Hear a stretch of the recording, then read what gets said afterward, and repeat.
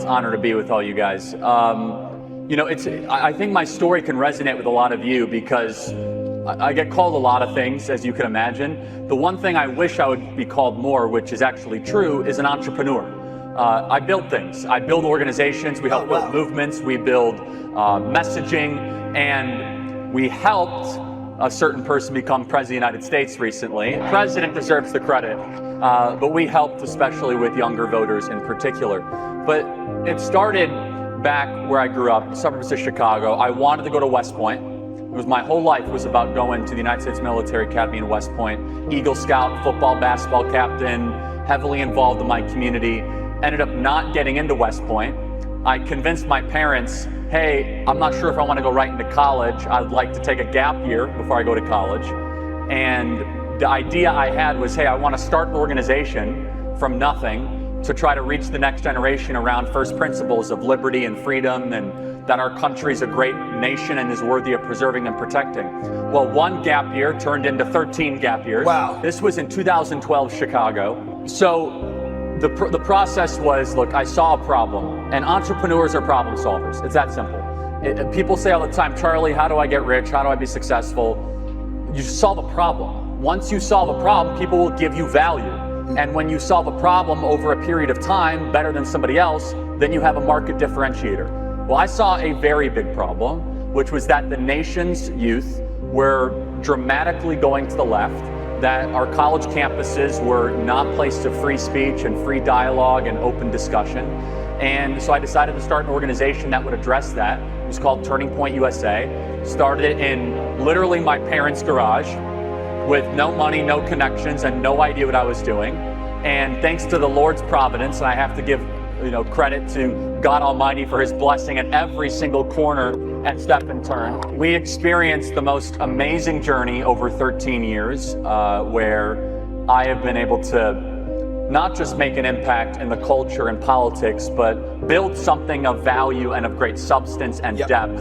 As you mentioned, we have over 1,000 employees at Turning Point. We have well over $150 million in revenue between all the different entities.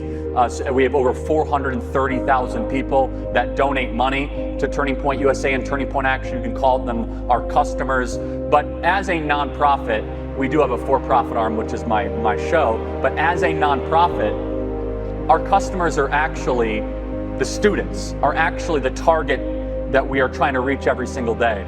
And so it's just been an amazing blessing. And as an entrepreneur, I'm always looking at new problems to try to solve and new ways that we could try to bring an innovative, passionate approach to try to make America a better and stronger country.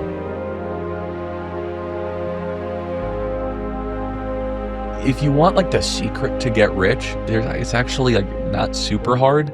It's like live below your means, save your money, invest in good companies, and then find good ideas and read a lot, If you just read a lot and you understand, like all of a sudden you'll see trends and you'll be well informed. Again, I don't want to make it seem like it's super easy, but it depends what you define by rich. But I'll say one final thing. People are so bad with money. Like again, if your top priority is getting drunk, okay, then go do that. Like I know a lot of people, they're like, I want to be rich. I spent $700 going out this weekend. Like, oh yes, you don't want to be rich, okay? You want to feel good and you want to have a bunch of, toxins go through your liver, but you actually don't want to live a life of happiness and contentment. And I'm not a moralist. If you want to drink, go ahead. It's a free society. Go do that.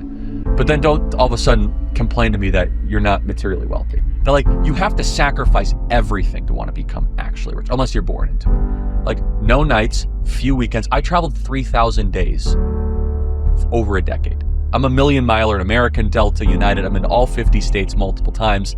Like it's thankless, gritty work. Not easy. So if you actually want to be rich, then there is a path for you. You have to like sacrifice immensely. I don't drink alcohol.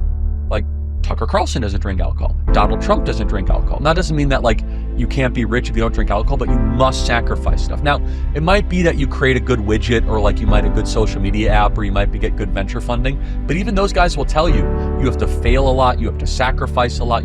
But yeah, it depends on what you want. If you want to be rich, like actually like have your bank account big, then there is a way forward for, if it's your number one reason for living, to, you know, earn $500,000 a year. Like that's very conceivable in America.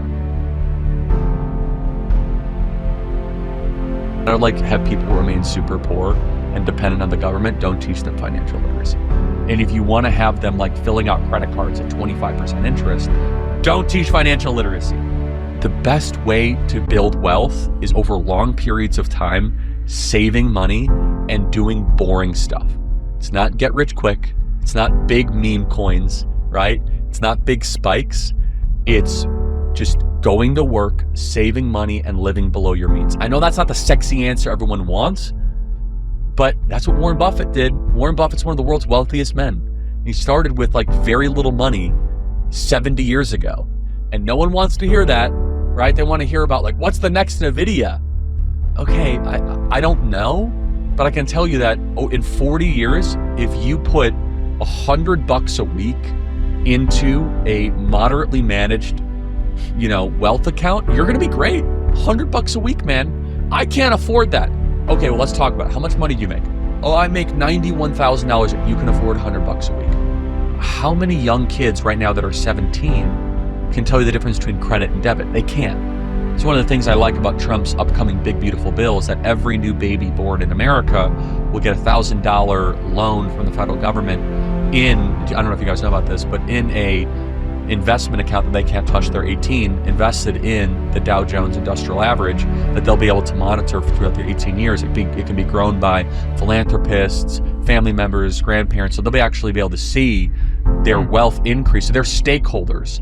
So if we have 2 kids, if we have another kid, that kid will immediately have a investment account that's only a one-way drop box. You can't access this money until you're 18. So it actually creates ownership units for the next generation. But is there anything like inherently wrong with a billionaire? No, like most billionaires actually have solved big problems for us. Like, you know, people love hating on Elon Musk. I like Elon a lot. He's become a friend. I know there's been like a lot of social media talk about it, but I refuse to say anything negative about Elon. Like, okay, you tell me the next time you're able to launch a rocket and land it. Like, actually, that's pretty cool. Like, okay, you're able to revolutionize the electric car industry. Like, you deserve a lot of money if you do that. If everything completely goes away, how do you want to be remembered? I mean, if I die? Everything just goes away. How would you, if you could be associated with one thing, how would you want to be remembered?